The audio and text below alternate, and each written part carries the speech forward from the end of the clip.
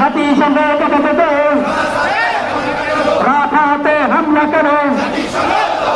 নারে তাকবীর, নারে তাকবীর, বাংলাদেশ জামাত ইসলামী